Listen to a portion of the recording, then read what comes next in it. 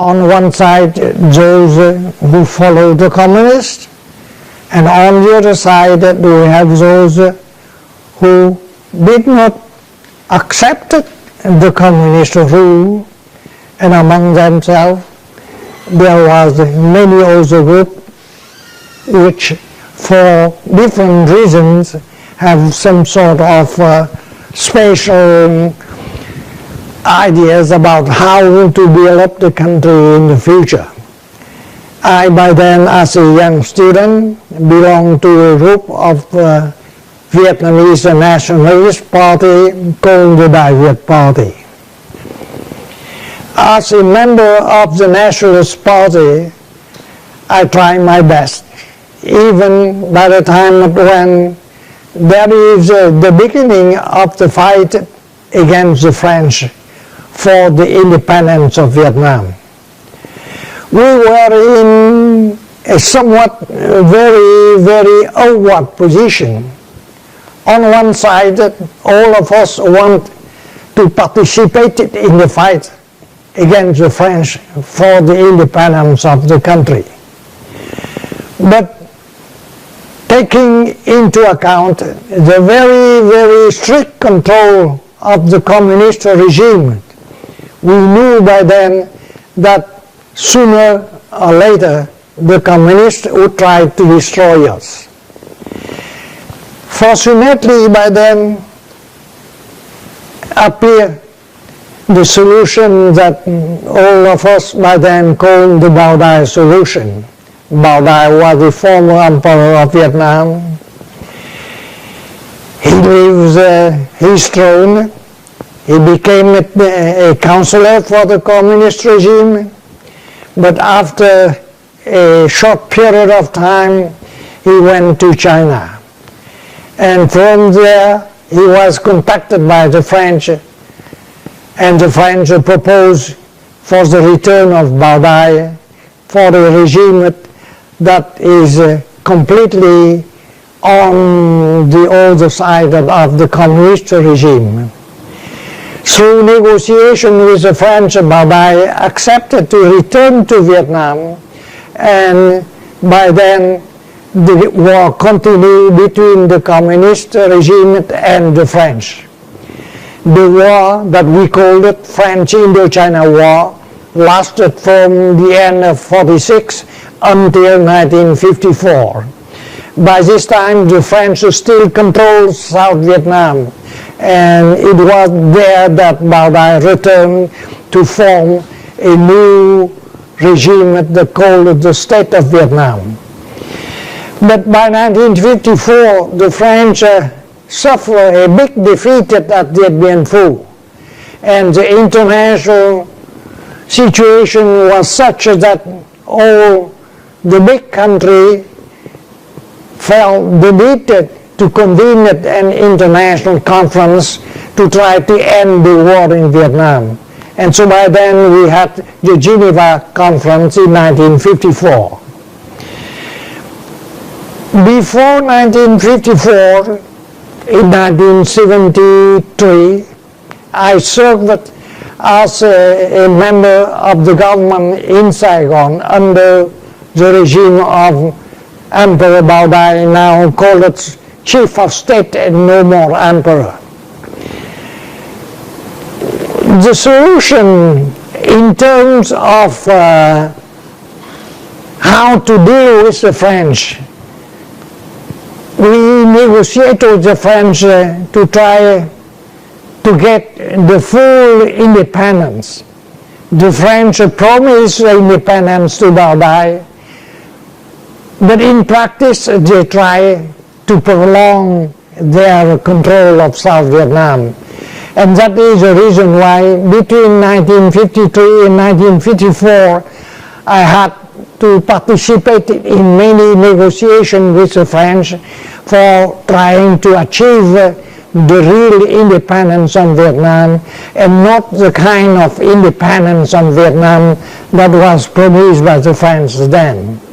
And so it was at this time that happened the Geneva Conference in 1954. I went to France to begin to participate in the negotiations for independence of France, the independence of Vietnam with the French people. But in the same time, there was the negotiations in Geneva for peace in Vietnam. The Geneva Conference decided the partition of Vietnam into two parts.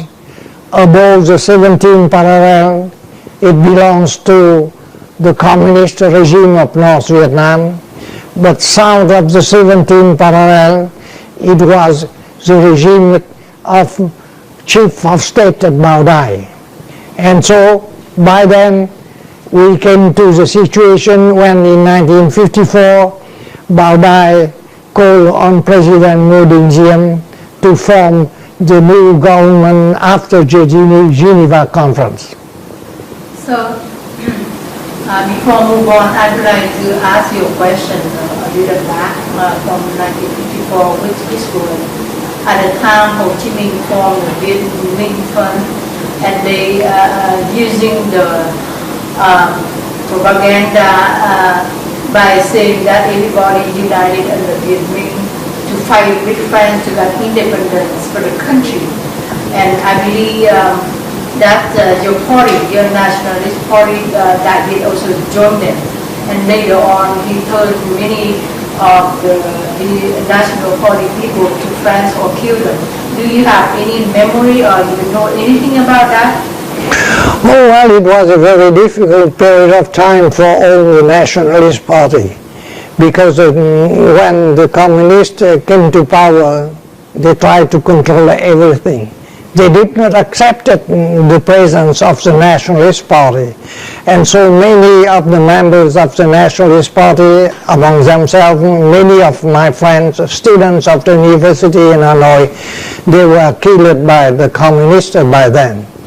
And so the Vietnamese Nationalist Party were in a very awkward position, as I have mentioned it already. On one side they would like to fight against the French, but on the other side that they knew very well that sooner or later they would be, well, completely destroyed by the communists. And that is the reason why they try to join the Bao Dai solution. In spite of the fact that they have a lot of reservation about the Bao Dai solution. The French promised independence, but in practice they try to prolong their control of the situation. And that is the situation in South Vietnam by 1953 and 1954. You remember what's the principle for the Bao Dai solution? Well, I think that the Nationalist Party, which supported the Bao Dai solution, they had no choice at all.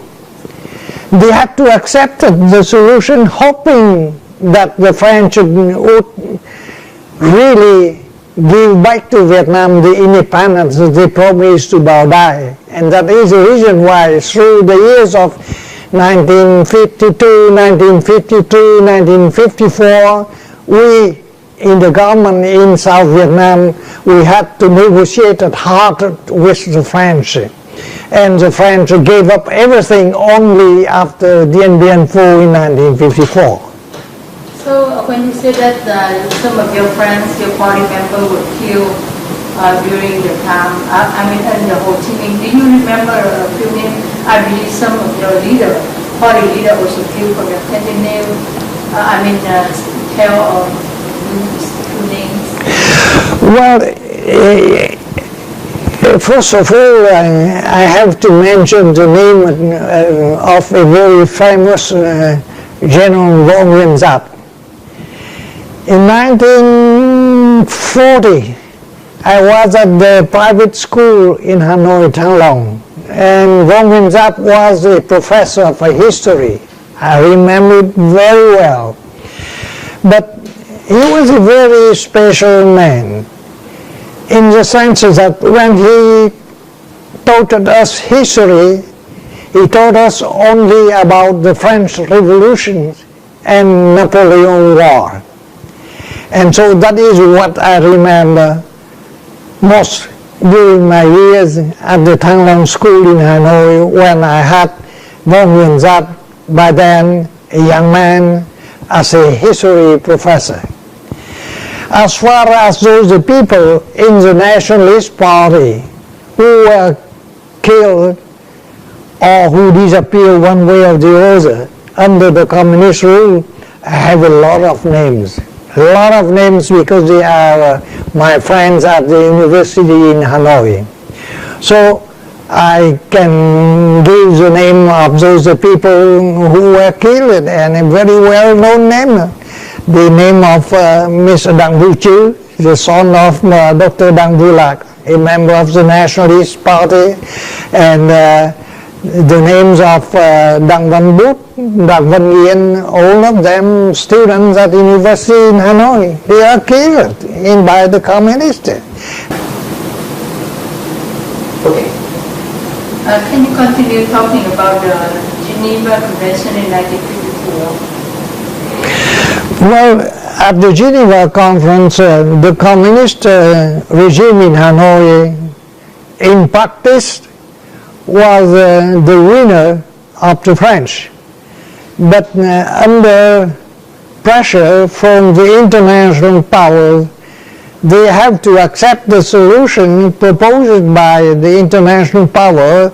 It was the division of South Vietnam into two parts.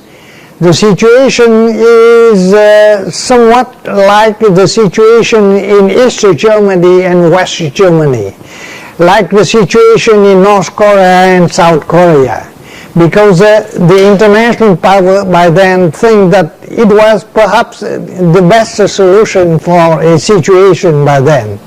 And so the communists in North Vietnam, under pressure from China and the Soviet Union, had to accept this situation. And South Vietnam by then had to accept the same situation, but perhaps a difference. The difference is that North Vietnam accepted temporarily the division of South Vietnam because they think that the communist regime will one day or another would occupy the whole Vietnam. While in South Vietnam, with a more somewhat beginning to be a liberal regime, we accepted the situation, hoping that sometime in the future it could be a reunification of the country, but a reunification through peaceful means, but not through war. The situation was quite clear. The North Vietnam did not accept the situation willingly. They had to accept it because the Chinese and the Soviet Union pressed them to accept the situation. But they dreamed of occupying the whole Vietnam, even through war if necessary.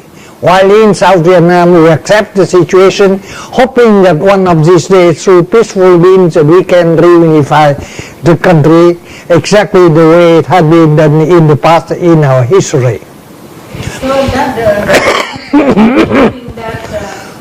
was the real reason for them to invade South Vietnam later on. As I have mentioned, they had already prepared and the war against South Vietnam, and that is the reason why they left a lot of their people in South Vietnam, thinking that these people would form the fifth column for them in the future.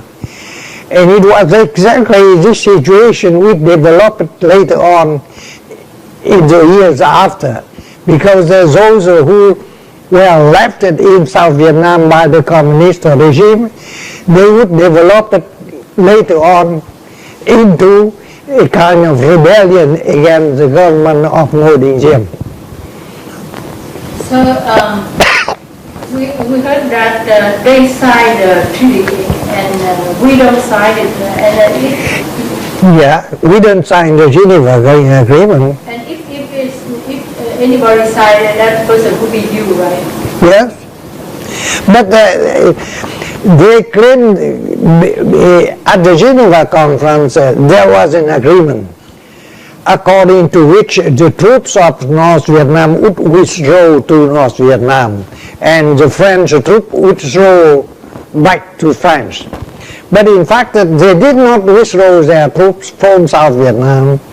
And another clause of the Geneva agreement was that it should be a kind of general election 2 years later. The communists later on took it as a motive, and they said that because there is no election in South Vietnam in 56, and that is the reason why we have to organize a kind of war against South Vietnam. But in fact, we did not sign the agreement at all. It was stipulated in the Geneva Agreement that it should be general election later. But South Vietnam, like the U.S., who was a member of those international power to participate in the Geneva Agreement, they did not sign the agreement too. We go further to the history show that after Mr. Bui Diem came to the power to replace King Bao Dai, what will happen and how he involved into the Bui Diem government? Well, everybody at that time thought that Mr. Bui Diem was a patriot. In fact, he was a real patriot and he was an honest man too. But he had a very practical idea about how to rule the country. Perhaps an old-fashioned way of ruling the country from above. And that is the reason why later on he surrounded himself with his family and with a lot of people who agree with him. For those people who did not agree with him, they are pushed aside. And that is the reason why people said that Mr. Diem was somewhat a kind of dictator. He was not really a dictator, but as I have mentioned, he had a very special idea about how to rule the country, and that is the reason why it developed into a situation later on in 1963 when people felt the need to have something change, and something changed. It became the problem of 1963 when there was a Buddhist situation developing into rebellion against the regime of President Thieu, and we had by then the coup against him and his regime in 1963, followed by a lot of other situations after 63. And I would say, and as I have mentioned in many of my books already, after 63 we had 64, and 64 was a kind of mass situation in South Vietnam. We had coup against coup, we had change of government, we have Buddhists against Catholics, we have student demonstration in the street, we have Northerners against Southerners, and that is the reason why by then the U.S. government felt that they had to intervene. But if we want to come back to Mr. Bui Diem, we have to say that the U.S. was very much in favor of supporting President Thieu. And during his years governing South Vietnam, Mr. Bui Diem did bring a lot of good things for South Vietnam.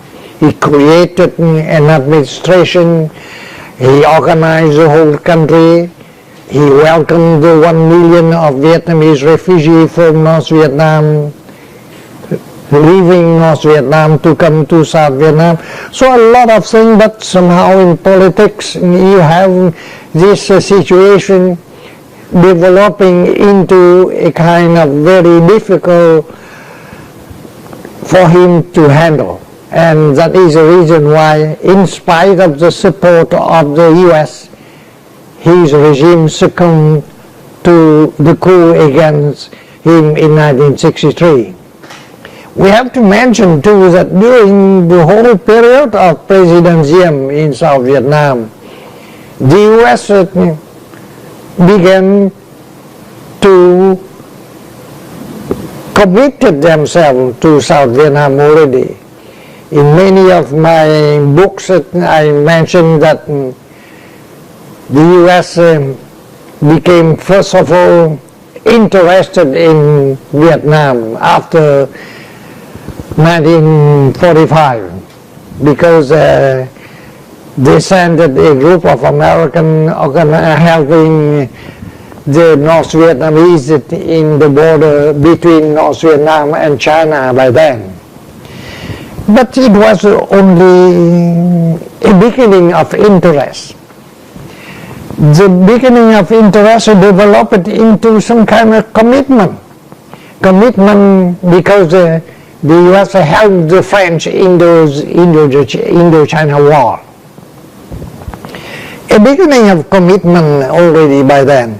But the commitment stopped when the French had asked for too much at Dien Bien Phu.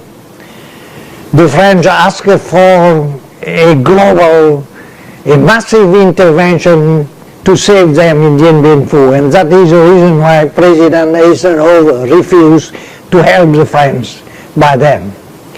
And we came to 1954, and so in 1954 the US felt that it was very legitimate to help President Diem reorganizing South Vietnam by then. The support to President Diem lasted for many years, from 1954 to 1963.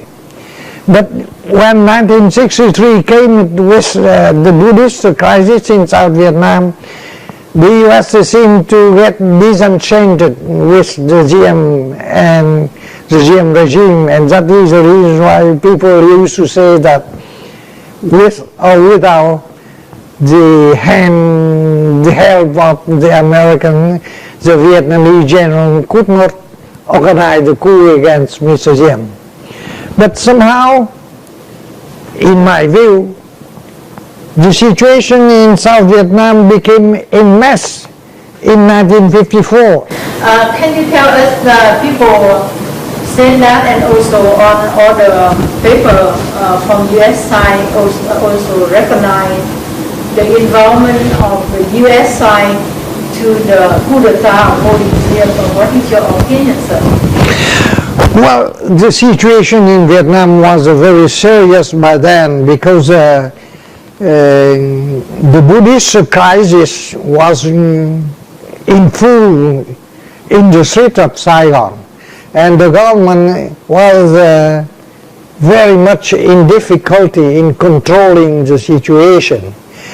And that is the reason why the military group in South Vietnam felt that if they did not organize the coup, the communists would try to take advantage of the situation and organize a kind of open war against South Vietnam.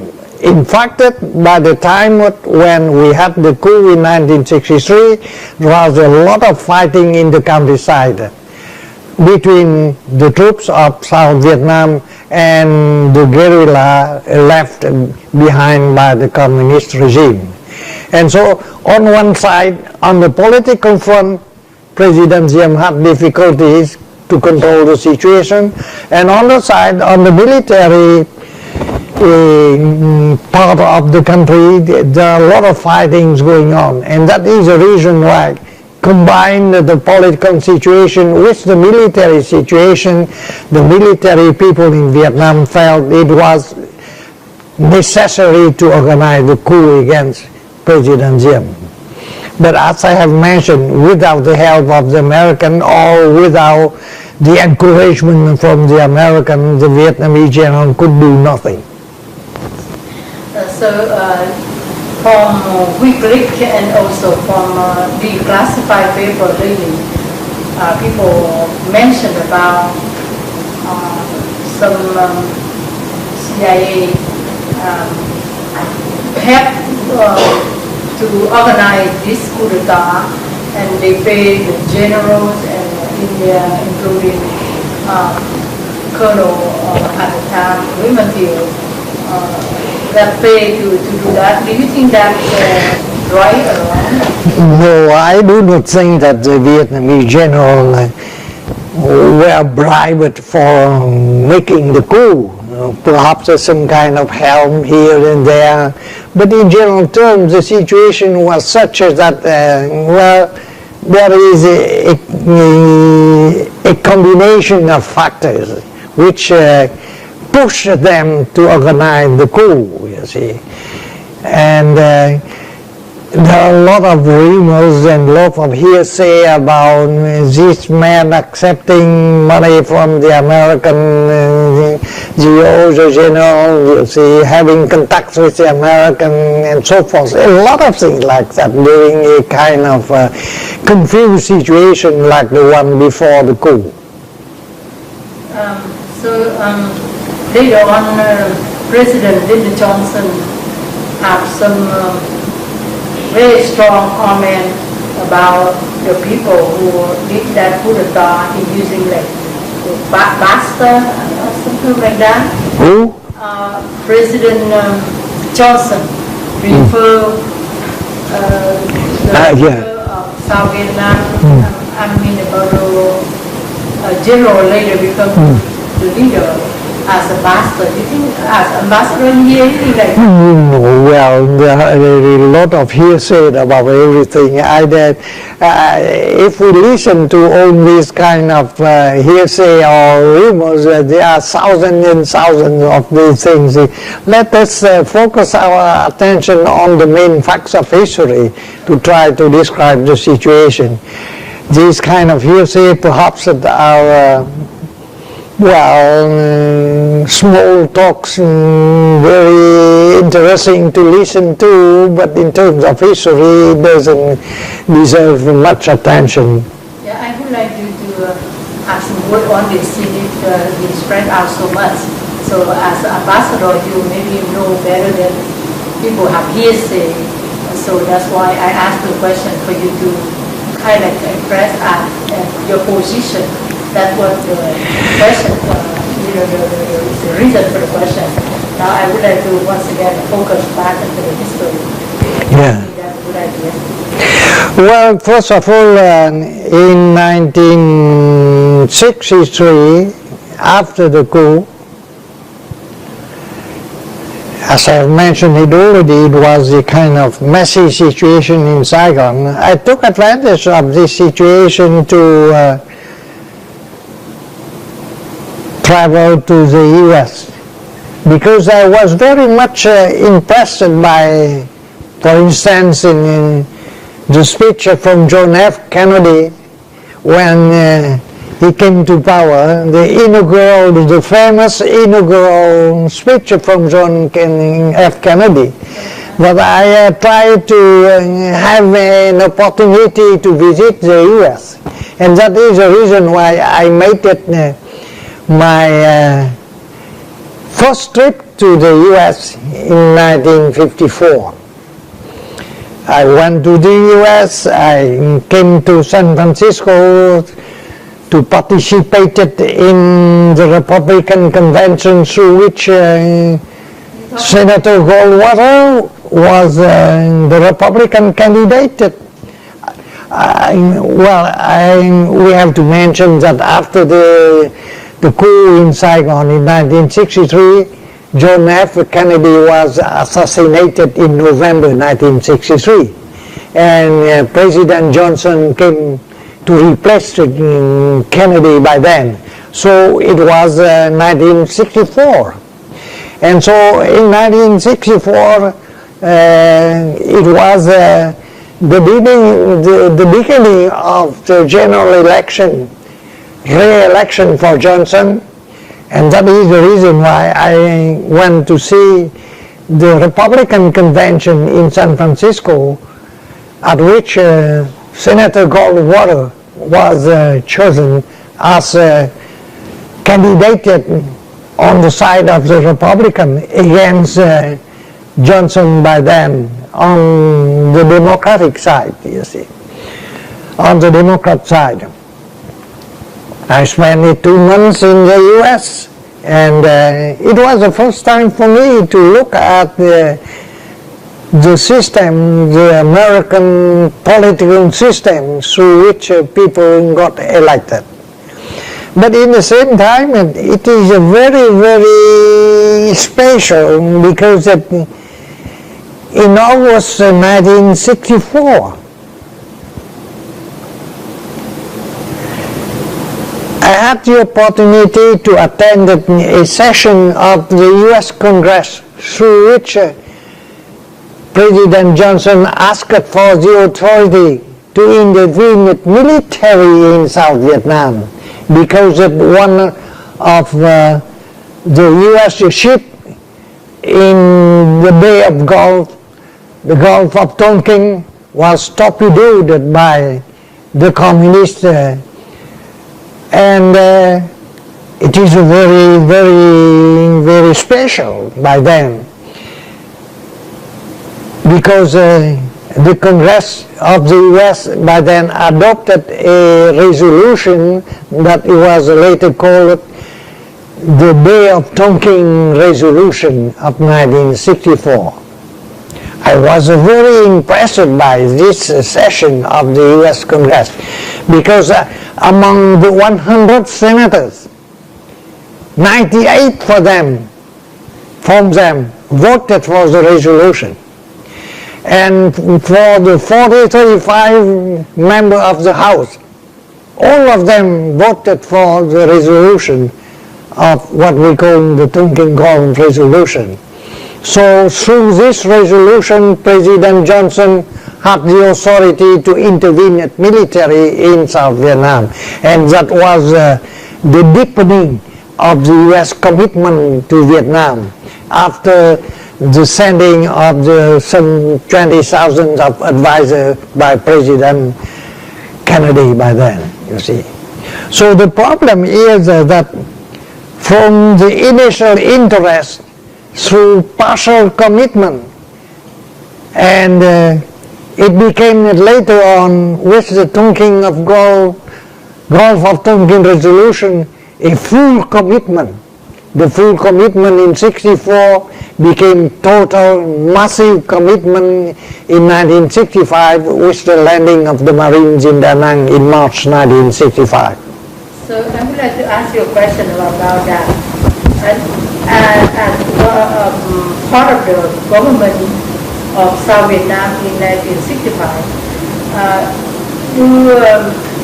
did the U.S. government ask the permission to send troops over there or not, before they sent troops over there or not?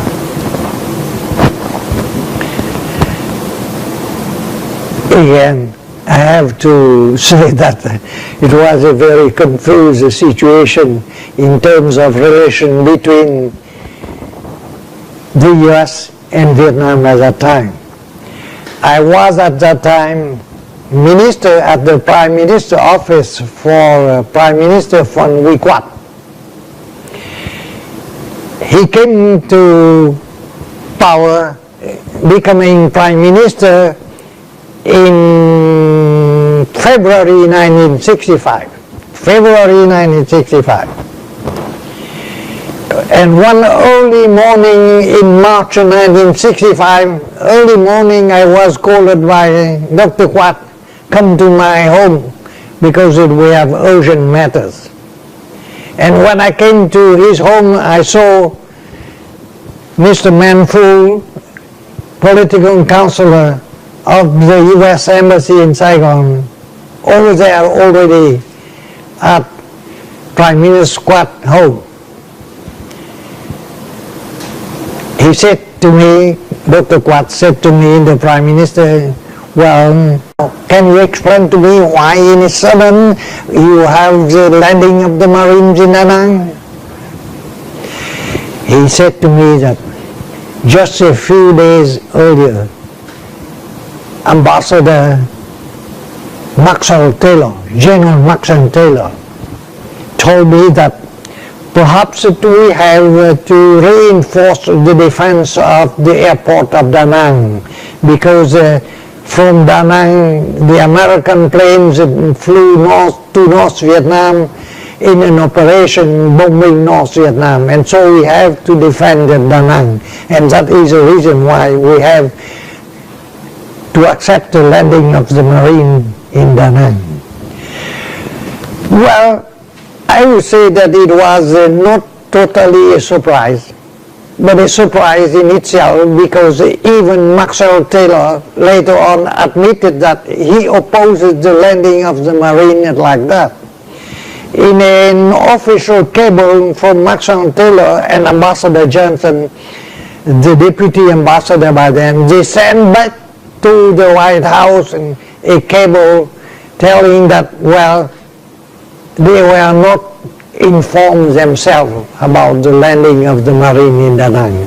So I just tried to describe the confusion by then between American establishment in Saigon and the military decision in Washington, and on the other side of the military embassy in Saigon, we have the government of South Vietnam.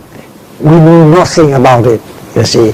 So the landing of the Marine in Da Nang in March 1965 was almost a complete surprise for everyone, including, I would say, the U.S. Embassy in Saigon, because it was a decision taken from above, pushed by the military establishment in Washington, and Maxwell Taylor, the ambassador, as well as the deputy ambassador, they were not so totally informed about the exact nature of the landing of the Marine in Da Nang. It was only later on that they sent back some kind of, protest against it.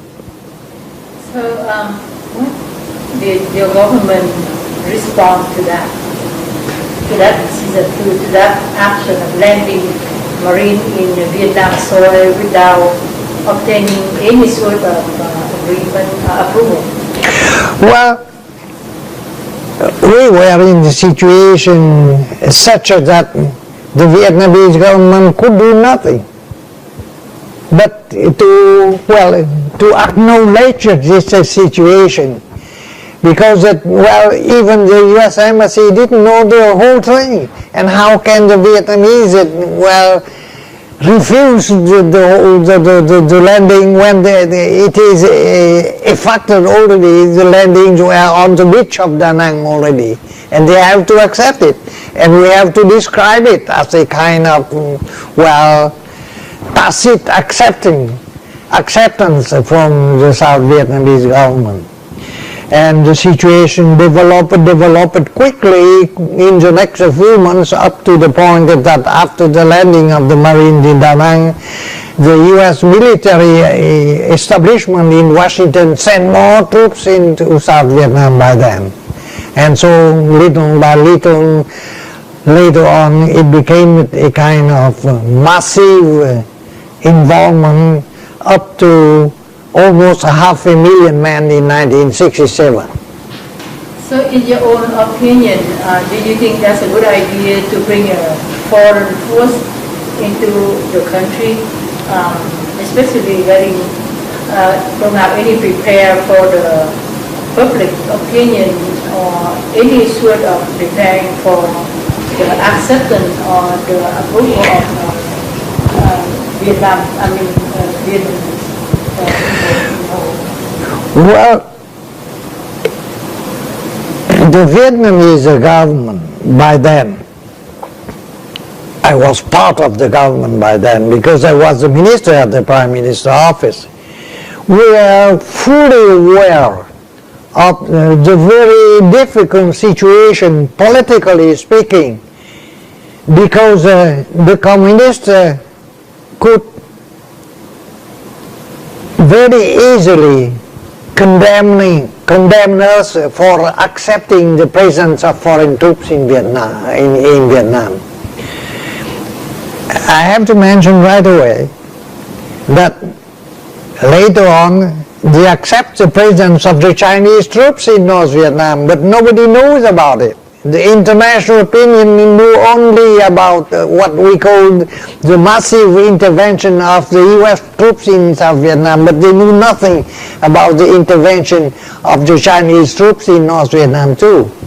And so, in the government, we are fully aware of the very awkward position in which we found ourselves, because we had to accept the presence of foreign troops. While in North Vietnam, they claim that they have no foreign troops to help them by then. And so it was in this awkward position that later on we have to go on trying to defend ourselves.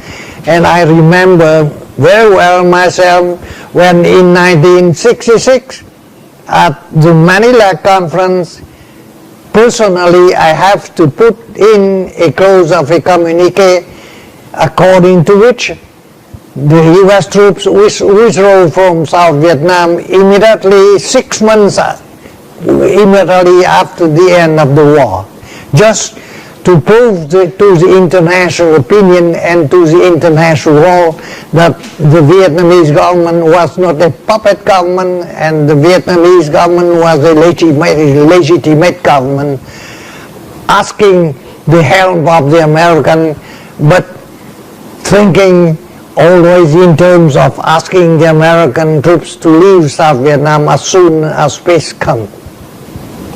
So did the government, South Vietnamese government, did anything to tell the Americans that it's not right and we oppose that? Did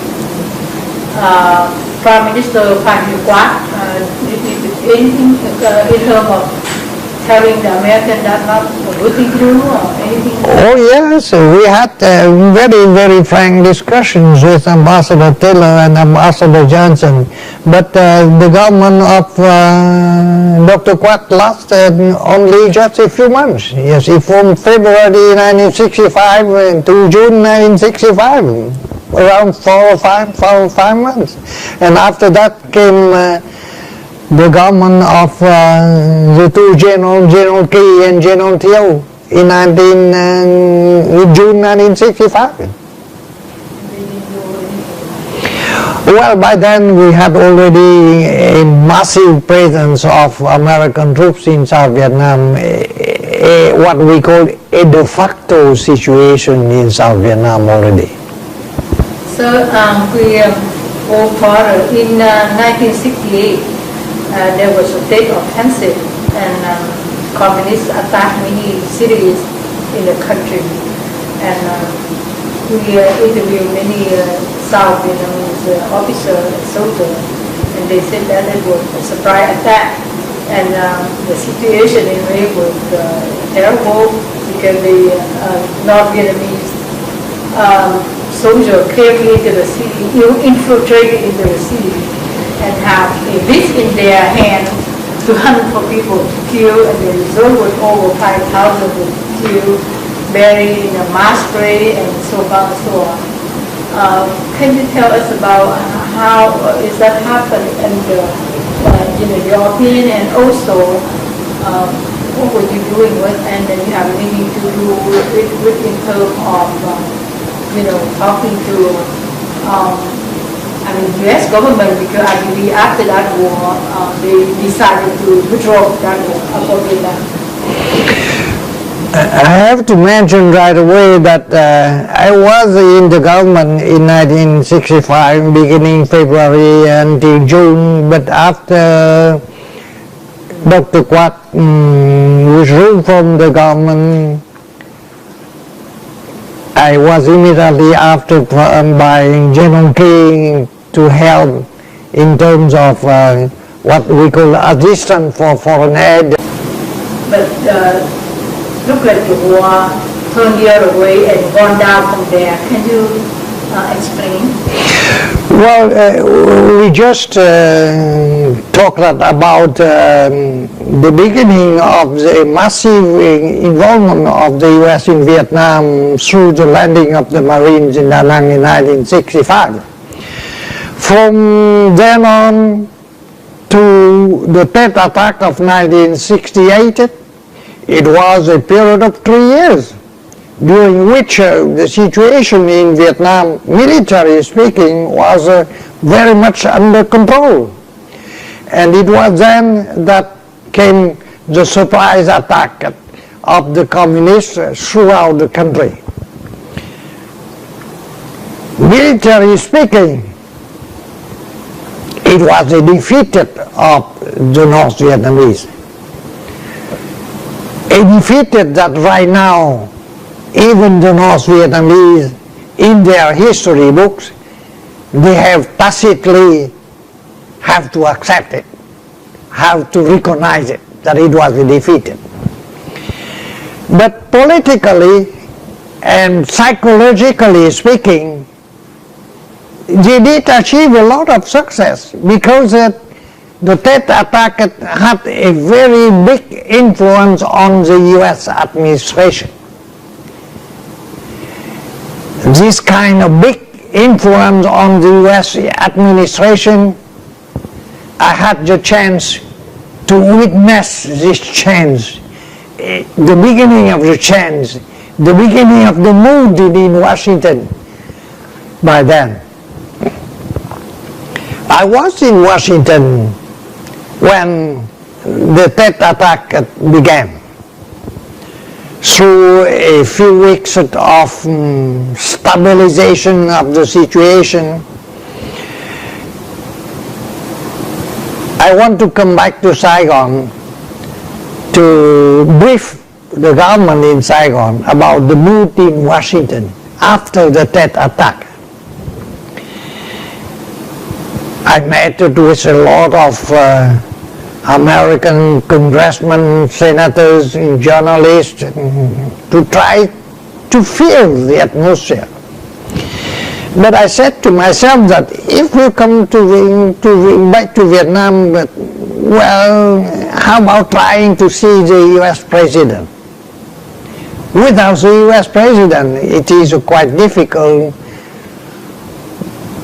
to have a real good feeling of the situation. But it is not very easy to see the U.S. president. Well, because normally an ambassador, when he came to Washington, well, perhaps one or twice every year we have a reception and we have a state dinner like that. So we have hundreds of ambassadors. So, well, there is no way to talk to the president by then. I tried my best. So I talked to a friend of mine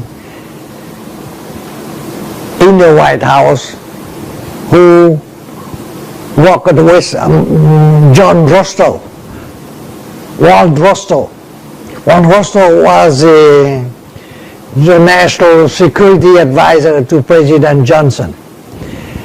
And I told Rostow that, well, please, I would like to see the president. I know that it is not a kind of normal request like that, but please try. I was not hopeful at all, but the next day the office of Rostow called me and said that come to my office and we will see. So very late on the day, I came to the office of Walt Rostow. I sat with Rostow for a while, and after that, his deputy brought me to the Oval Office to see President Johnson. I have many opportunities to see President Johnson during the meeting in Honolulu, the meeting in Guam, and I saw a man very energetic and ebullient, talking, gesticulating, and everything like that. But by the time I saw in the White House, this day in March 1968, I saw a man very silent, putting his hands like that, and asked me, what is the situation in Vietnam? I tried to present to him the very optimistic picture of South Vietnam after the death attack of 1968. But I saw a different man from the man I quite often saw before. He was very silent, asking me just a few questions, and after that he confided to me, well, we are in a very dangerous situation because if we don't try our best, it is very difficult, you see. Listening to the man who was at the height of his power, President of the US, and at the same time leader of the free world, having to admit that we have difficulties in the war. It was quite an atmosphere for me.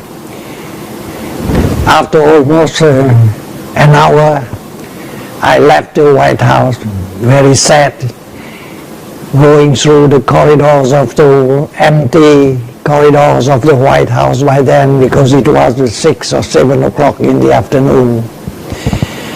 I rushed back to my office and put down in writing what President Johnson just told me, so not to forget the words of President Johnson himself. And that is the reason why I put it here in my calendar. President Johnson on 18th of March, he said to me, I cannot hold alone. We are in deep trouble if we don't win. That is exactly the words of President Johnson when he told me like that.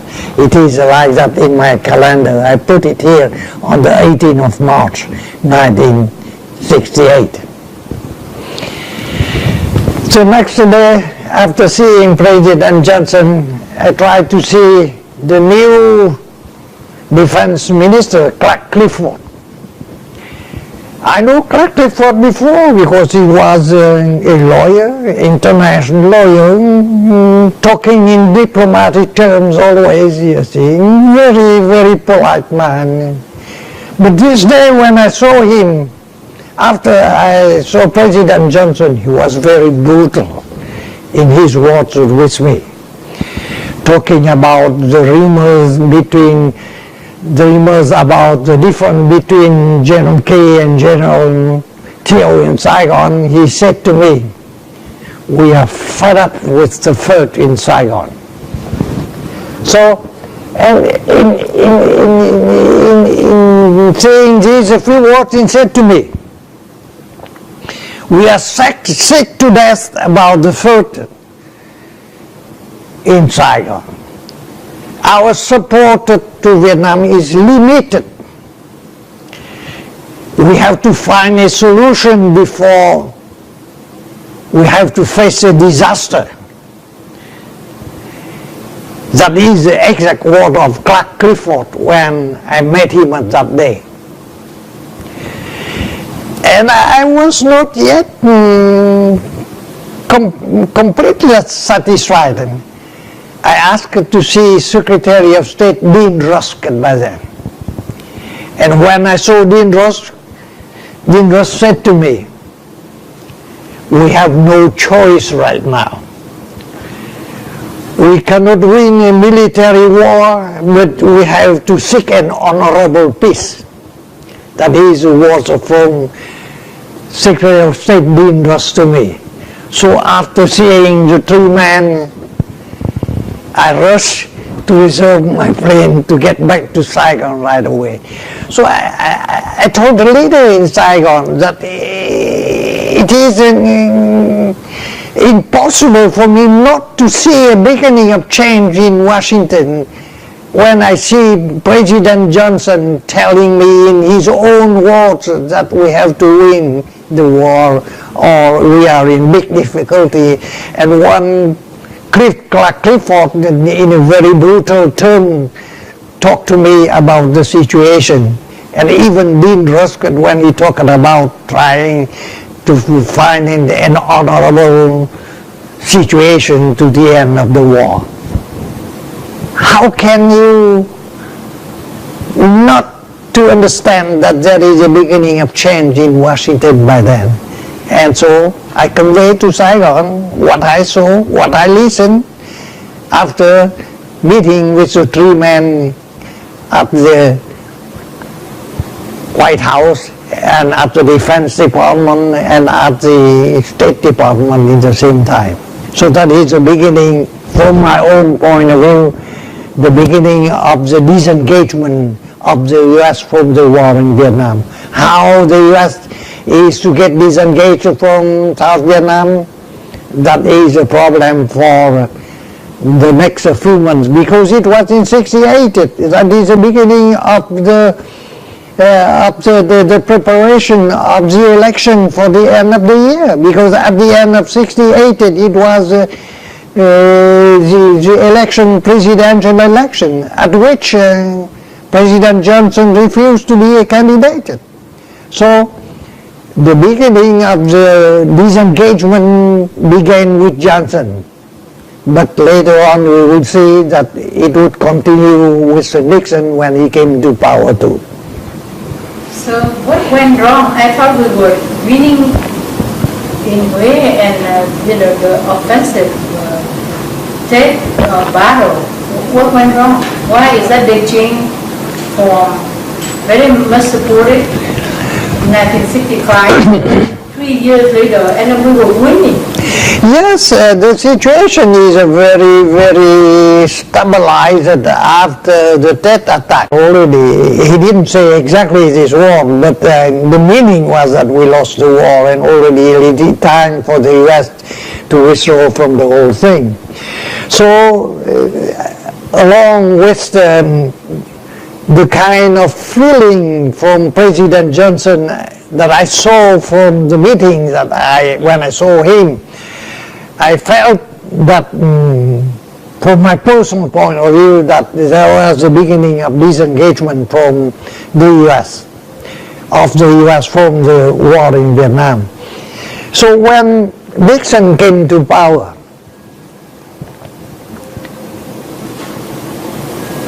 I tried to see right away Henry Kissinger. I saw him before because when he came to Saigon in 1965, when Ambassador Albert Locho was there, I had invited him to my home for dinner. And along with many Vietnamese politicians, we had conversation with him. And we in South Vietnam, we were amazed to see a professor from the university in the West so interested in the problem of Vietnam. And later on in November 1968, we saw an article from Henry Kissinger talking about the way to have negotiations already. He didn't say exactly in these words, but we felt right away that the man is talking about how to engage the North Vietnamese in some sort of talking sometime, somewhere, you see. And so that is the reason why immediately after the coming to power of the Nixon administration, I tried to see right away Dr. Henry Kissinger. Well, he was a very, very cordial with me because, well, I saw him before in Saigon. I invited him to my home. We had a very easy conversation in normal terms, you see. But sometimes I felt that through the contact I had with the U.S. media, Bernie Kahn, Marvin Kahn, Joseph Kraft, because I had every day, almost every day of the week, I lunched with the journalist. I tried to understand the situation. And I felt that there is something like the beginning of the whole thing. And that is the reason why 69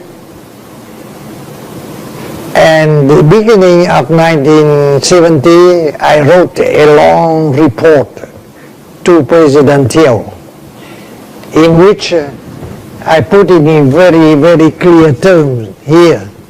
I say that from my point of view, the US is going to stay in Vietnam for a period of 3 years, or if we can prolong this period, it would be a maximum of 5 years. That is in this kind of report that I sent back to President Thieu. I am very convinced that somehow the US is going to withdraw. It is only a matter of time, and it is a matter of how. But the US was definitely on the road to get out of South Vietnam, to get out of the war. So I did interview CIA, whose name is James Parker. He wrote a book called Last Man Out, indicated that he was the last, U.S. service got out of Vietnam after Saigon fell. And I asked him that, you regret what, and then you want to do something that you didn't do, and then he told me that, well, I failed to come to meet Lyndon Johnson, President Johnson, and look at his eyes and said, we are winning the war, this war is winnable, and then don't listen to all the cockeye. And my question to you, what would you tell President Johnson, on the meeting that you just said that with Jane, and he looked like very, very sad and very worried about the war. What did you tell him? Did you tell him that we're winning? Yes, but we have to mention, and I failed to mention this problem up to now. That is a problem of the public opinion in the US by then. You remember, and a lot of news media men, they know about the anti-war demonstrations in the US. Sometimes they demonstrated against the war in front of the Vietnamese embassy. Sometimes they demonstrated at the Pentagon. And the public opinion in the US was against the war. That is quite natural. Very natural from my point of view, because the soldiers from the US Army were soldiers that they had to go to war. And the mother of those soldiers, they are concerned about their son going to war. It is not yet a kind of an army of volunteers, but it was an army of conscripts, you see. So the mother of the soldiers were concerned about their son. And the public opinion in the same time very much influenced by the journalists like Walter Cronkite, who reported about the war, about the bad side of the war, you see. So the whole US public opinion, through the demonstration in the street and through the kind of opinion from the mothers of the soldiers, American soldiers who fought in Vietnam, it went up to a point that President Johnson could not ignore the public opinion. And that is the reason why he was so disappointed by the result of the Tet attack, in spite of the fact that it was a military victory for our side. It was a military victory but it was defeated in terms of political and in terms of psychological situation that was influenced by the public opinion very much against the war.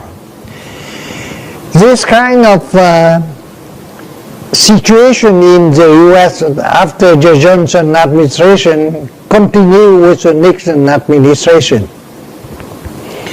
And that is the reason why the Nixon administration tried to adopt a new policy that they call later on Vietnamization of the war.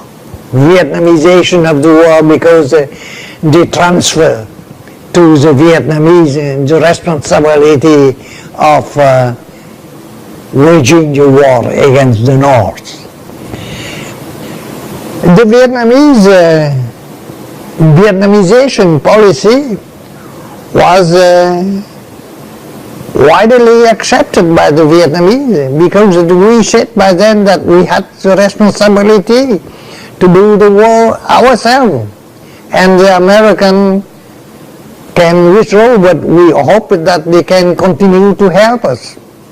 And that is the situation which later on, when the US withdrew completely from South Vietnam after the conclusion of the Paris Agreement in 1973, that the Vietnamese had to do the war by themselves. But unfortunately, they had to do the war by themselves without the help from the American in the end. And that is the reason why they did not succeed in defending South Vietnam against the invasion from the North in 1975. So we were talking about the public opinion didn't support the war, and that's why the war turned that way. But people also said that at that time American interest would also shift into Middle East. That's why we're talking about Henry Kissinger going to China for negotiation. So can you explain? Well, I did mention to you earlier the resolution from the U.S. Congress, we call it the Tonkin Gong Resolution in 1964. So it is only a matter of few years between August 64 and March 1968. So the situation in the West was from supporting the war in Vietnam, supporting the U.S. intervention, and it was a support that accepted by the almost totally number of the total number of the U.S. senator by then, and the total number of U.S. congressmen by then. It means that almost the total absolute majority of the U.S. Congress for supporting the war. And it became later on, a few years later, the beginning of the disengagement from the policy of supporting South Vietnam. We talked about the coming to power of the Nixon administration, and with the U.S. foreign policy in the hands of Dr. Henry Kissinger. So we talked about the beginning of what we call the Vietnamization of the war in Vietnam. Vietnamization means a gradual transfer of responsibility from the U.S. Army to the South Vietnamese Army. And it was quite a successful policy. But in the same time, we have to recognize the fact that even if it was a success of American policy, the Vietnamization of the war, the U.S. had to withdraw anyway. And that is the reason why the Nixon administration, on one side, helping the South Vietnamese to fight the war themselves, and in the same time trying to find a way through diplomatic channel to find the war, to end the war too. And that is the situation of in South Vietnam, under control with the Vietnamization policy on one side, and on the other side, the U.S. administration under Nixon and Kissinger trying to help South Vietnam, but in the same time trying to find ways through diplomatic channel to have a conclusion of the war. We can say that from 1970 to the situation was quite good in South Vietnam, because in 72 the communists organized a big offensive. We call it mùa hè đỏ lửa, the fiery summer of 72. The attack at Quang Tri, the attack at Hue, the attack in some other part of the South Vietnamese territory too, but everywhere they failed.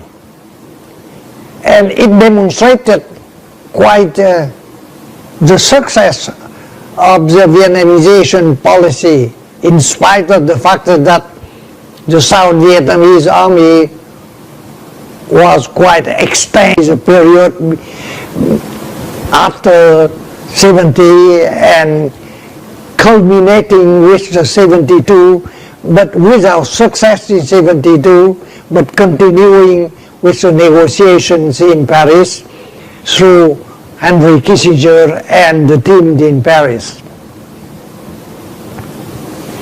In 1968, I was ambassador in the US.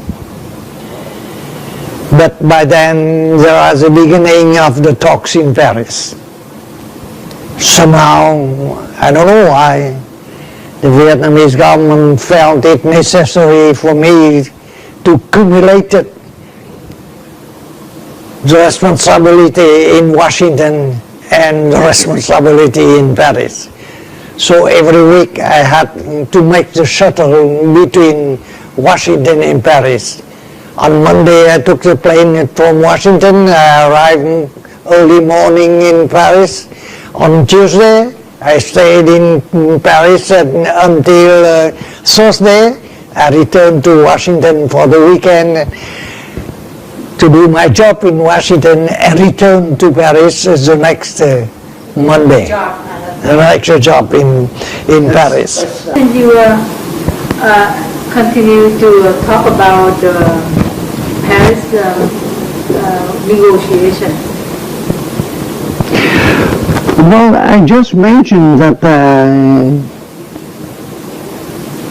the U.S. began the negotiation with the communist side that from May 1968 to the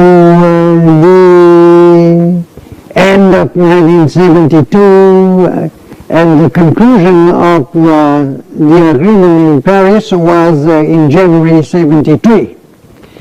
But it is very interesting to describe the negotiations in Paris from the beginning to the end. We call it negotiation, but at the beginning it was not negotiation at all. The two sides got together at the Majestic Hotel, and They have their speech. The Americans have their speech too. And so it continued after a kind of completely useless conversation from the two sides that there was no meaning at all to the kind of what we call not negotiation, but we call conversation, not even conversation. We call it talking more than conversation or negotiation. I was on the outside because at the beginning it was between the Americans and the North Vietnamese. But at the end of 1968, the Americans suggest that, well, we have to have on our side that the South Vietnamese government, because the other side, they would like to have on their side the National Front of Liberation. And by then there was discussions about what kind of flags did you bring over there, what kind of table, round table or square table or rectangular table.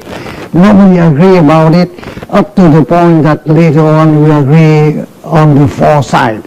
The two sides on their side and the two sides on our side. And it is with this kind of situation that we, on our side, we began the conversation with the other side. It lasts for 2 years, like that. Every week or every 2 weeks they come to the Majestic Hotel, they talk their way, we talk our way, and we come to no result at all. But we did not know by then that Henry Kissinger already tried to have private and secret contacts with the other side. We knew it only later on in 71. This kind of conversation between Henry Kissinger and the North Vietnamese, we didn't know about it.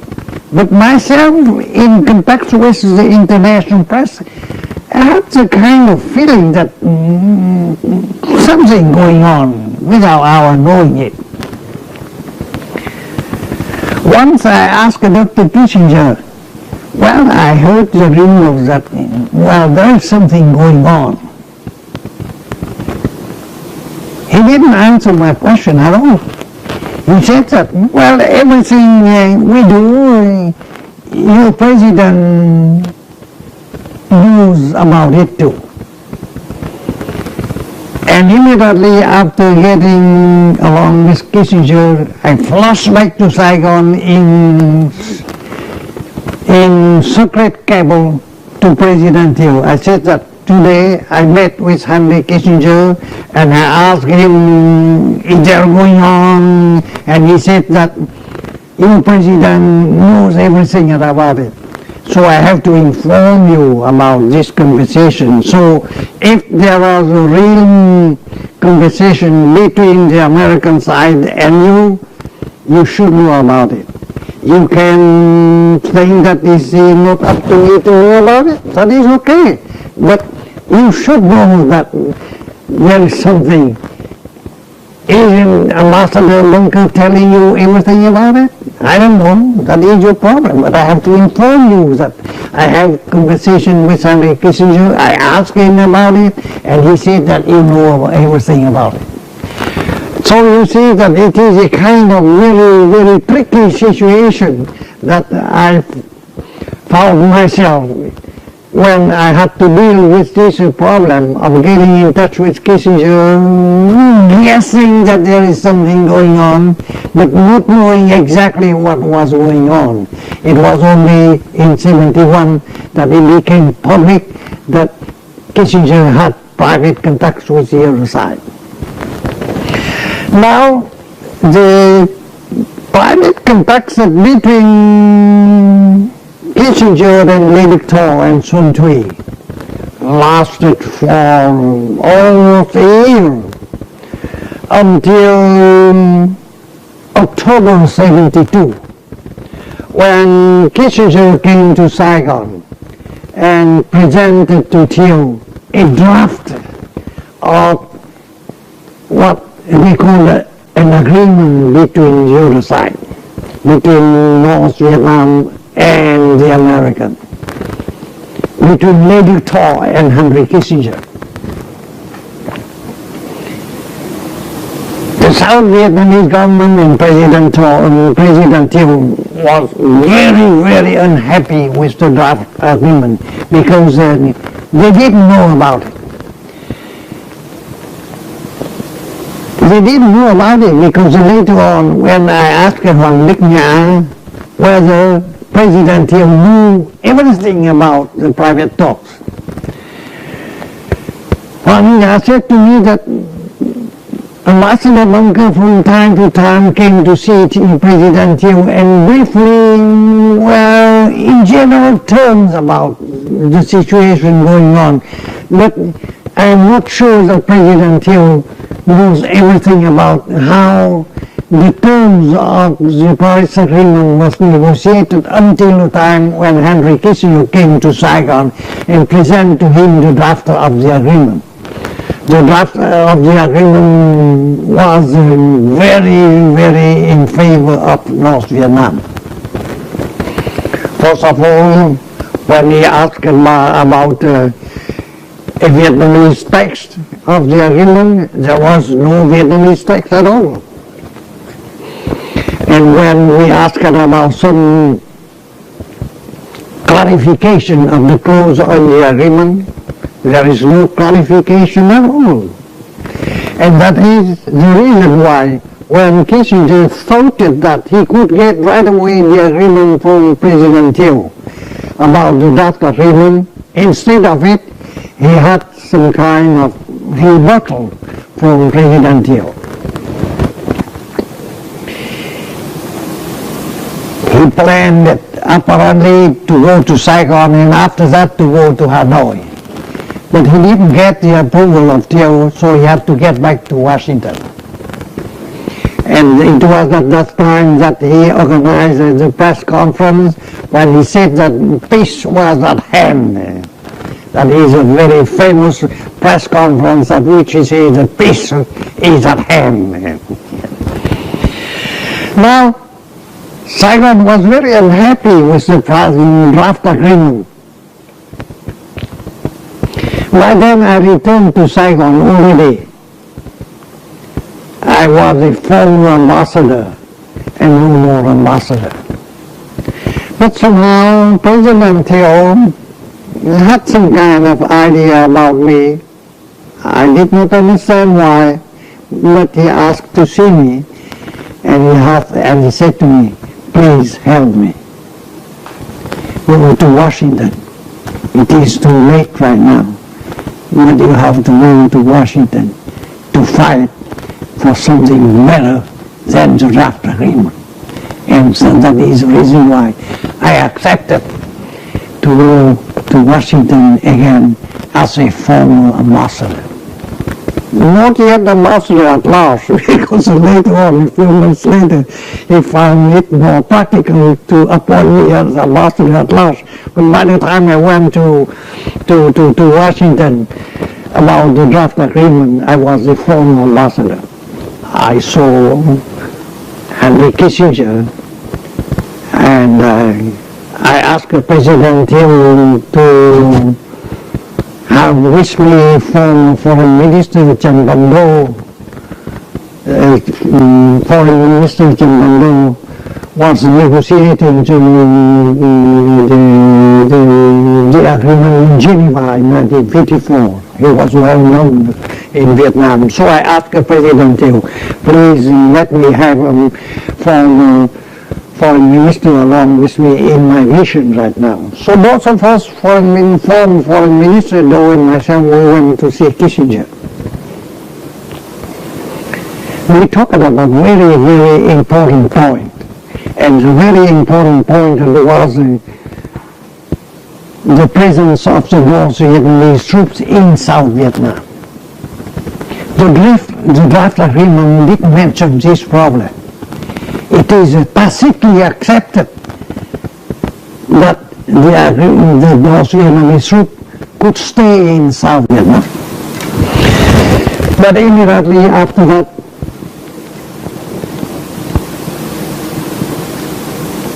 Dr. Kissinger returned to Paris and followed him to Paris, because I think that I had to follow him to see what's going on over there. And again he said to me that the U.S. foreign policy depends on the conclusion of the Paris Agreement. And so I will try to do my best. But I don't think that I can have improvement concerning the clause about the presence of the North Vietnamese troops in South Vietnam. But apart from it, if your president is not going to sign the Paris Agreement, it will be the end of the aid to South Vietnam. The future of the U.S. foreign policy depends on the conclusion of the Paris Agreement, and it is up to you to sign or not to sign the Paris Agreement. But if you don't sign the Paris Agreement, it will be the end of Vietnam, aid to Vietnam. That is the word from Henry Kissinger, you see. So, President Thieu did sign? He paragraphed the Paris Agreement on 23rd of January, and it was later on signed by Secretary of State William Rogers.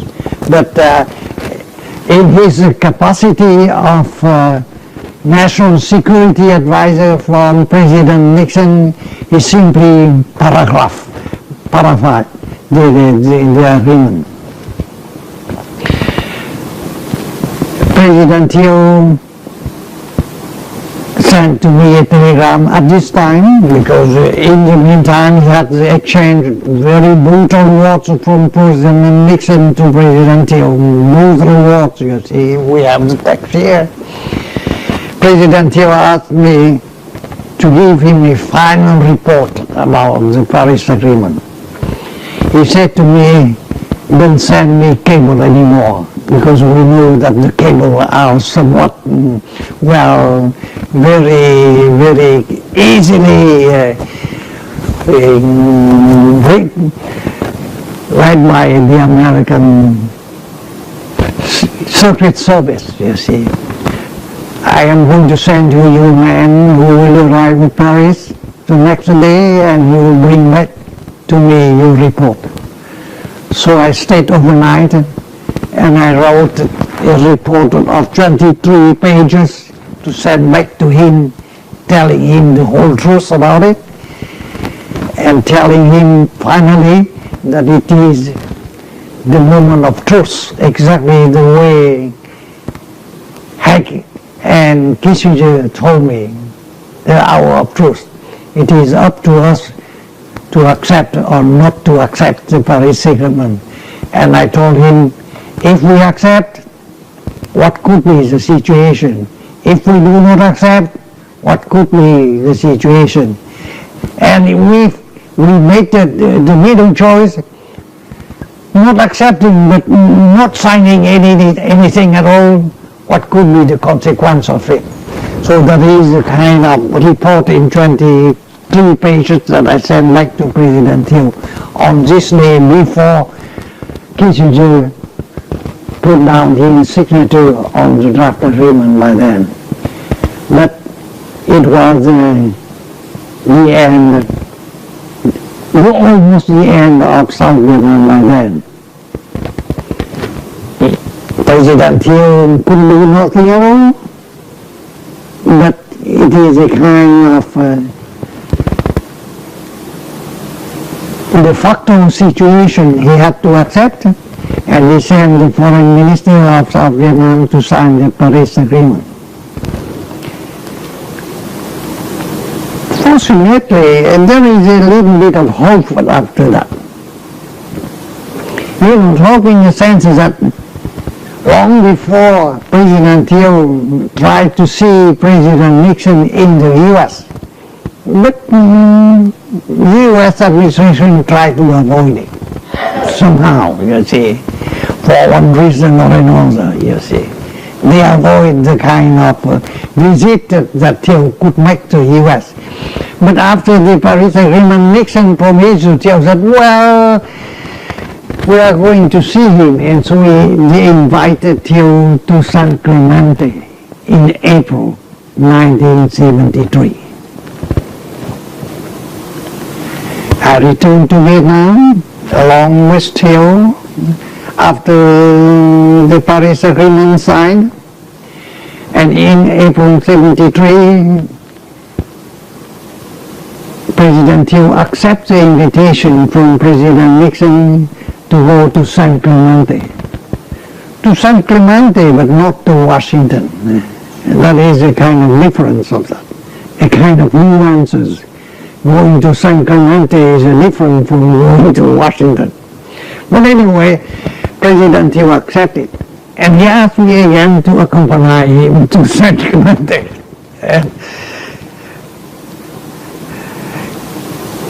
At the San Clemente, it was quite a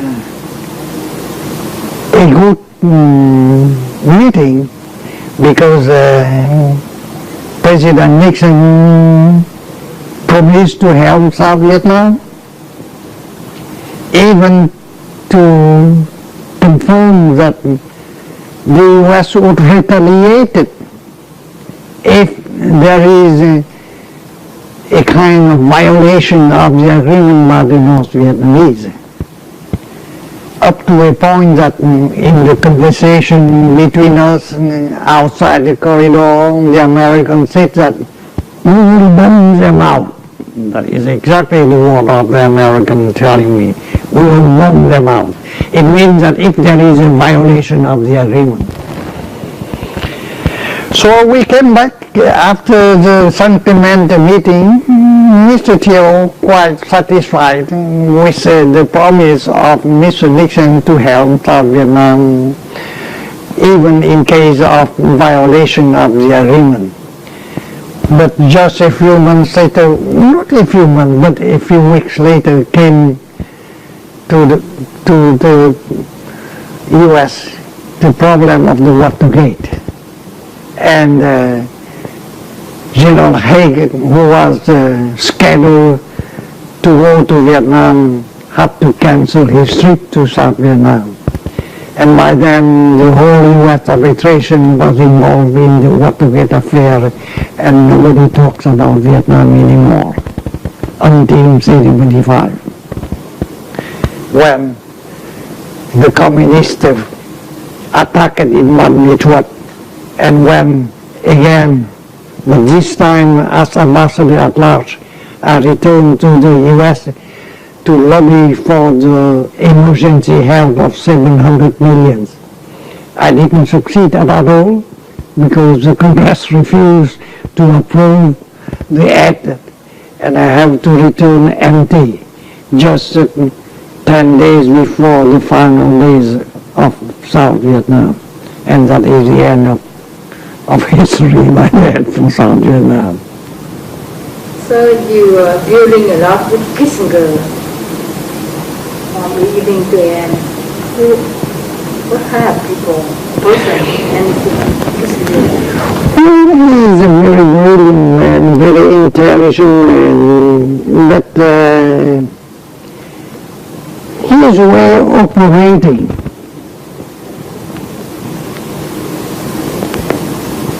with all of us in South Vietnam is not the kind of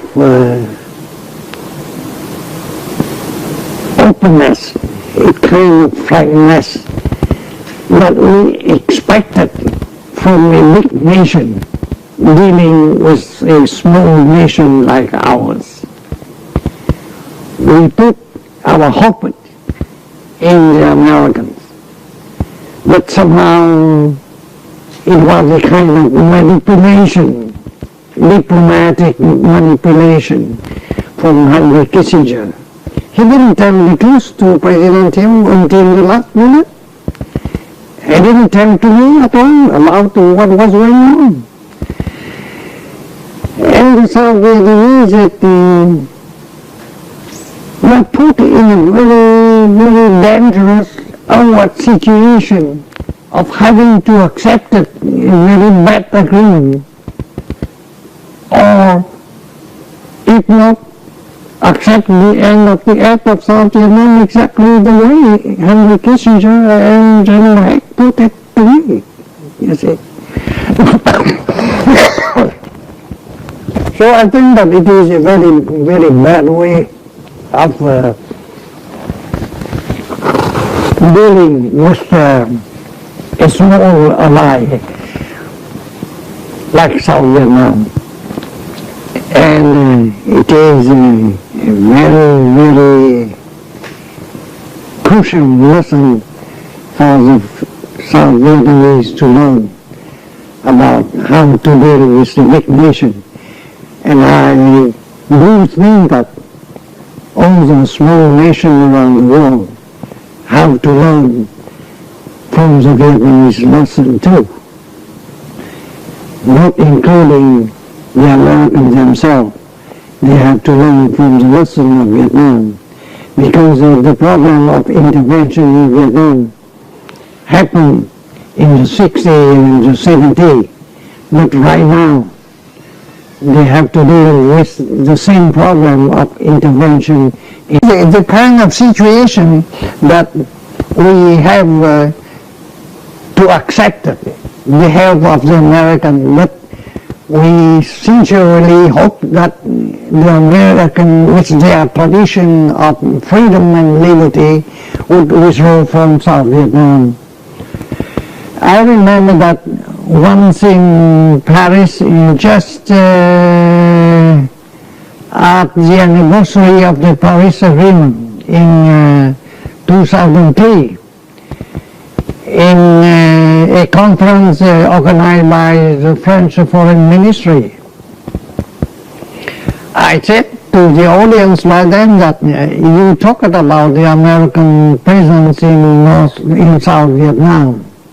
Well, we cannot deny it, because there was half a million men of U.S. troops in South Vietnam.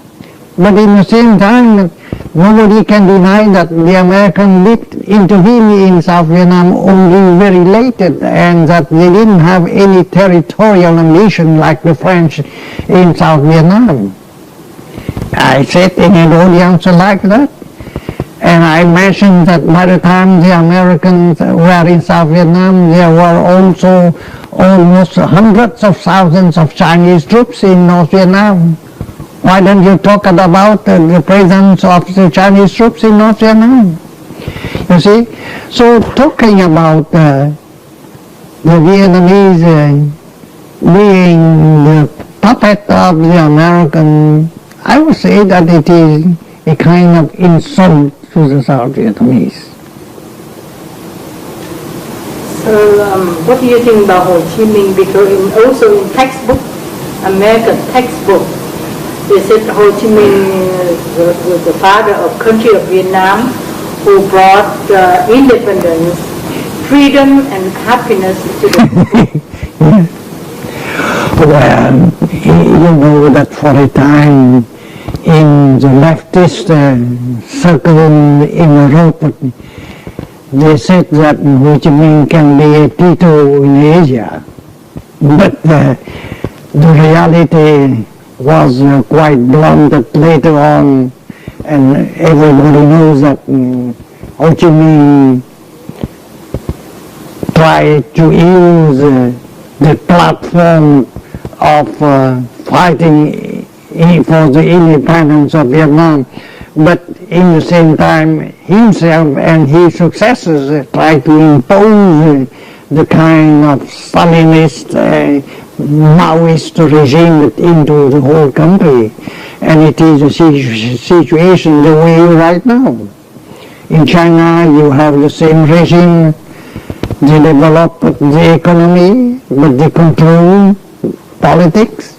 And in South Vietnam we have the same situation, a beginning of development in economic terms, but at the same time a very strict control of the political situation, up to the point that they have the monopoly of the political situation over the whole country. My last question, how do you settle yourself and your family in the United States? What? How you settle yourself and your family in the United States?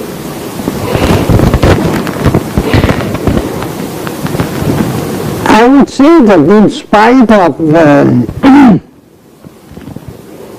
the contradiction of U.S. foreign policy, which somehow became the causes of the disastrous ending of South Vietnam in 1975. In spite of this contradiction,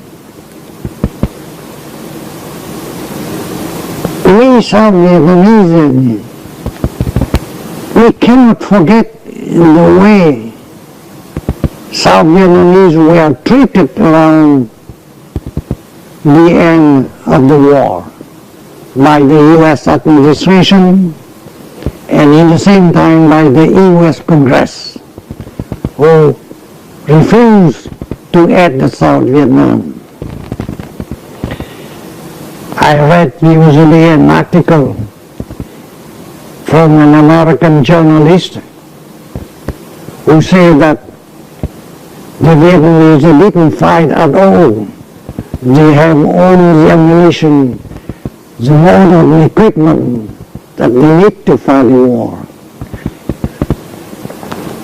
I would say that it is a lie, because everybody, all the American knows that around the months at the end of the war, there was no fuel for Vietnamese plane to fly. There is no ammunition for the Vietnamese to fight on the front line. It was a completely lack of ammunition that the Vietnamese had to suffer the defeat in 1975.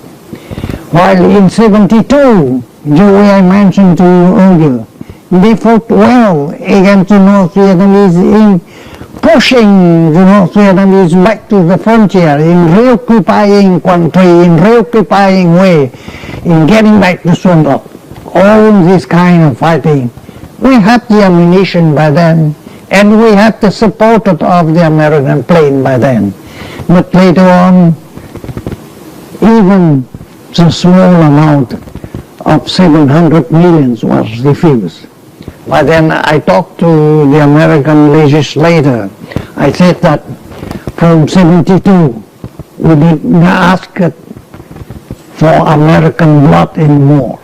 We asked simply for American aid, American military aid, and American economic aid. So we fought it ourselves, but you refused to help us at the end.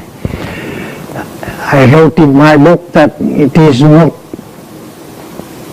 the finest hour in the American history when the U.S. Congress refused to accept the aid of 700 million for the South Vietnamese. But in spite of that, getting back to your question, I would say that we do not forget it, but at the same time, we have to see that hundreds of thousands of South Vietnamese, thanks to the generosity of the American people. So the South Vietnamese were accepted right now on the American soil. And it is a very, very good situation for all of them. And they have to thank the American because they grow up with the new generation of Vietnamese American right now doing very well in the American society. So it is a kind of mixed feeling that I am telling my fellow Vietnamese. We have to thank the American for having accepted so many Vietnamese right now on the soil of America, exactly the way you try to present the history of the Vietnamese community in the US right now. But history is a history. If we don't forget the history, all it will be for us to remember, and for the American to remember too. But the present situation is different. We have almost more than 1 million of Vietnamese right now in the US. Our children right now, freedom, they prosper. They are citizens of the new country. They are proud citizens of the new country, and it is thanks to the generosity of the American people, and we have to recognize this fact. In fact, the fact that history is a history. Will you come back to Vietnam if the communists no longer there?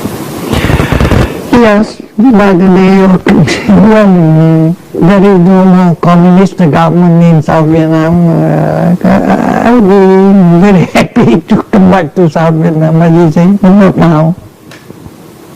Thank you very much. Thank you. Thank you. Share your...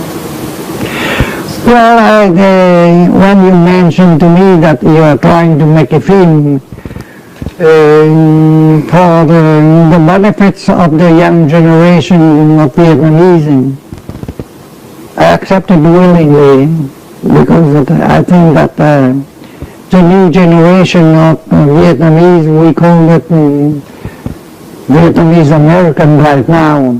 They go to the American school, American universities, and most of the time they go through American books or American TV program.